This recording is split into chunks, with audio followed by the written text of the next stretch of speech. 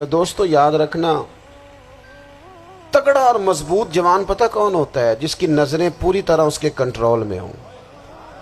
یہ علامت جوانی ہے۔ جس آدمی کا پوری طرح دو لوگ دنیا میں کبھی کوئی کارنامہ سر انجام نہیں دے سکتے، ایک جو حرام کھاتا ہو، ایک جس کی نظر ناپاک ہو۔ محمد بن قاسم جب یہاں آئے تھے نا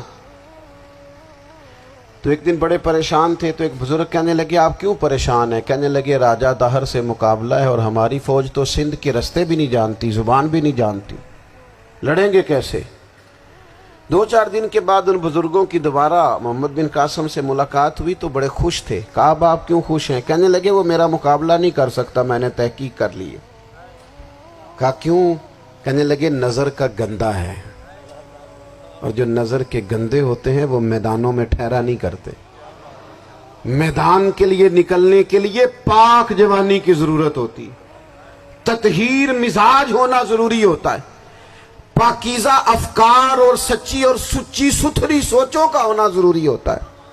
اس لیے فرمایا کہ میرا مقابلہ نہیں کر سکتا۔ حضرت عبداللہ ابن حذافہ کمرے میں تھے تو وزیر کی بیٹی اندر سجی سنوری پہنچ گئی۔ جیسے ہی آپ نے اس کفر کی چال کو دیکھا تو تیمم کر کے نفل شروع کیے۔ وہ ساری رات بیٹھی رہی، رب کا بندہ ساری رات عبادت کرتا رہا۔ عبادت بڑا سہارا ہے، مصلی بڑا سہارا ہے اللہ کے بندوں۔ صبح دروازہ کھولا، وزیر نے اپنی بچی سے پوچھنا چاہتا تھا رزلٹ کیا نکلا، تو وہ کہنے لگی پیچھے ہٹ جا، اب تیرا میرا تعلق کوئی نہیں، میں نے نبی پاک کا کلمہ پڑھ لیا۔ اس نے کہا میں نے بھی زمانہ دیکھا ہے، پر یہ کیا لوگ ہیں، کستوری کے بنے ہوئے،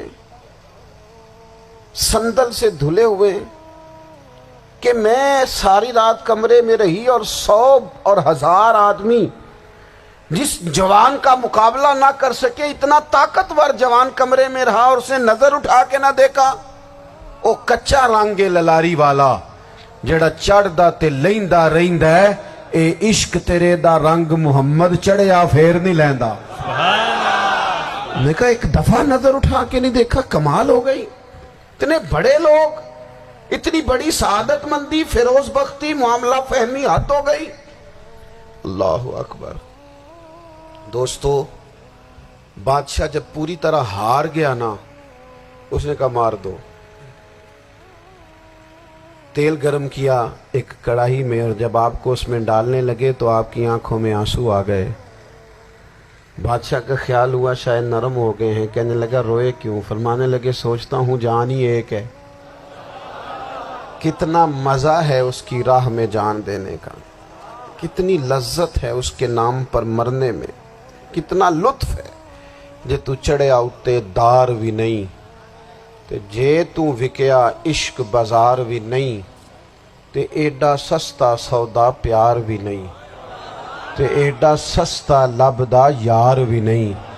کئی جنگل گانے پیندے نہیں، کئی دوزخ لنگنے پیندے نہیں، جے وہ اس ملوں بھی مل جاوے ایدوں سستا ہور بپار بھی نہیں۔ تے کچھ سمجھ نہ آوے لوکانوں وہ کادے نال شہید کرے، ڈٹھی یار دے ہاتھ تلوار بھی نہیں، پر او دا خالی جاندہ وار بھی نہیں۔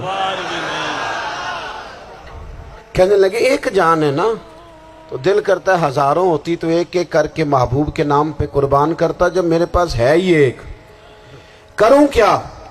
حضرت عبداللہ ابن حذافہ رضی اللہ تعالیٰ عنہ جب روئے اور بادشاہ نے یہ بات سنی تو بادشاہ اٹھ کے کھڑا ہو گیا، سارے وزیروں مشیروں کو کہنے لگا تم نے کہا تھا نا بندہ ضائع کرنے والا نہیں، یہ بھی ضائع کرنے والا نہیں۔ کہنے لگا میرا ماتھا چومو، تم جیسے لوگوں کو قتل نہیں کرنا چاہیے، آزاد کرنا چاہیے۔ عزیز اپنی زندگی سے نا یہ بہت زیادہ ہرس، ہوس، طمع، اور یہ کسی بات کی بھی ہو، ہرس صرف پیسوں کی نہیں ہوتی ہے، شہرت کی بھی ہوتی ہے، یہ بیماری انسان کو اقتدار کی بھی ہوتی ہے، تعریف کی بھی بیماری ہوتی ہے، یہ سارے نقص ہوتے ہیں لوگوں کو، اور معاذ اللہ بعض جبوں کبوں کے اندر بھی ہوتے ہیں، وہاں بھی پنپتے ہیں۔ اپنی زندگی جب تک اس سادگی میں نہیں لاؤ گے جو رسول پاک نے عطا فرمائی ہے، جب لوگ آسانیوں میں پوری طرح الجھ گئے تو پھر وہ دور ہوئے اور کفر چڑھ گیا۔ دوسری بات، اللہ کے محبوب صلی اللہ تعالی علیہ وسلم کی محبت ہم سے تقاضا کرتی ہے کہ ہم اس مشن کے لیے کام کریں جس مشن کے لیے رسول پاک نے کام فرمایا ہے۔ ہم سارے کام بڑی مضبوطی سے، سوچ سمجھ کے، تدبر سے، حکمت سے، تقاضوں کو مد نظر رکھتے ہوئے کرتے ہیں۔ سارے کام، دین کے کام میں ہمارا مزاج نہیں ہوتا۔ او ہو جائے گا جی، آپ بسم اللہ پڑھیں جی، شروع کریں جی۔ آپ تقاضوں کو سمجھیں، چیزوں کو دبائیں نہیں، چیزوں پر غور کریں۔ کسی کے ذہن کی سطح پر سوال ابھرتا ہے، اس کا تسلی بخش جواب دیں۔ اپنی زندگی میں دین کے کام کے لیے اپنے آپ کو وقف کریں، اور دین کے کام کے بہت سارے پہلو ہیں۔ ہزاروں لوگوں کو قرآن پاک ٹھیک پڑھنا نہیں آتا، ہزارہ لوگ ہیں جو قرآن مجید کے مطالب سے آگاہ نہیں ہیں، دین کی بنیادی ضروریات سے لوگ نابلد ہیں۔ میں آپ کو کس طرح یہ بات سمجھاؤں کہ ہزاروں کی تعداد میں طلاقیں اس لیے ہوتی ہیں کہ مردوں کو طلاق کے مسئلے نہیں آتے۔